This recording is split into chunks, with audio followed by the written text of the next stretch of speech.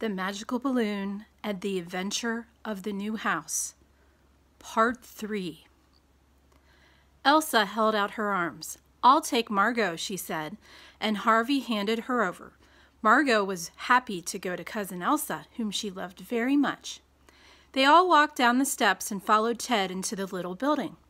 Harvey knew the magical balloon wouldn't blow away even in a storm, but he was still a little worried about leaving it alone. But as soon as he stepped inside the little ELVIS building, he stared around them and knew that Ted had not been lying.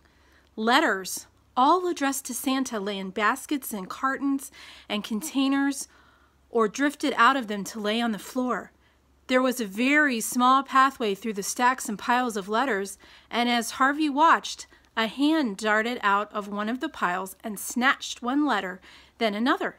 Someone was muttering on the other side of the stack, and as Harvey peered over the top, he saw a very small person, smaller than Ted, dressed in red and green with spiky black hair and glasses, open the envelope with one quick swipe of her fingernail, then silently read the letter. Once she was finished, she tossed it in the air, where it landed in a basket overhead, a moving line of baskets suspended from the ceiling by ropes. The little building was a lot larger on the inside than it looked on the outside, kind of like the magical balloon. Harvey looked around for his cousins and sister and Clara and saw that they had disappeared through a doorway with Ted in the lead. He hurried to catch up with them, slipped on a letter, and almost knocked down a pile of letters as he tried to catch his balance. "Careful!" a voice said from the other side of the stack. "Avalanches will only make us further behind." "Sorry," Harvey said, and there was a silence from behind the stack of letters. A moment later, a small face peered out at him from the other side. "Who are you?" The face did not look friendly. "My name is Harvey," Harvey said. "My cousins and my sister and my cousin's dog, Clara, came here because we wanted to make sure Santa had my cousin Chase and my cousin Miles's new address." The person's eyes widened. "You're a human!" Harvey looked down at himself. "Well, yes," he said slowly. "How did you get in here?" The person's face disappeared. Harvey heard a flurry of conversation now. Apparently, there was more than one person on the other side of the stacks of letters. More than one elf? He wasn't really sure what to call them. "Ted let you in here, didn't he?" The face was back and not happy. "Yes," Harvey said, because his parents had always told him not to lie. "And what did he promise you?" a different voice asked. "Did he say he could take care of your letters?"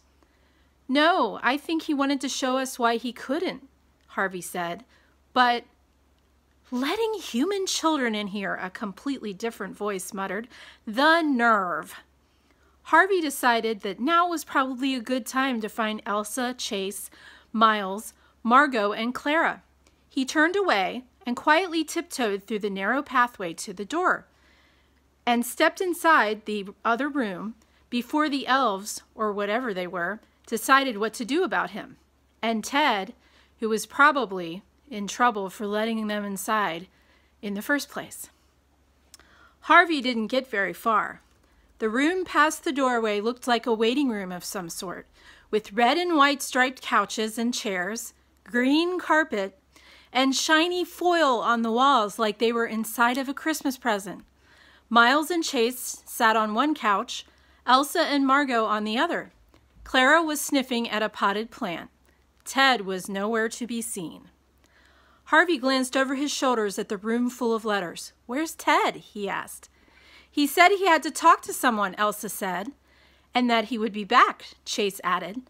"I think he's going to talk to Santa," Miles whispered loudly. Margot clapped and smiled. This building was nothing like the workshop or house in the stories.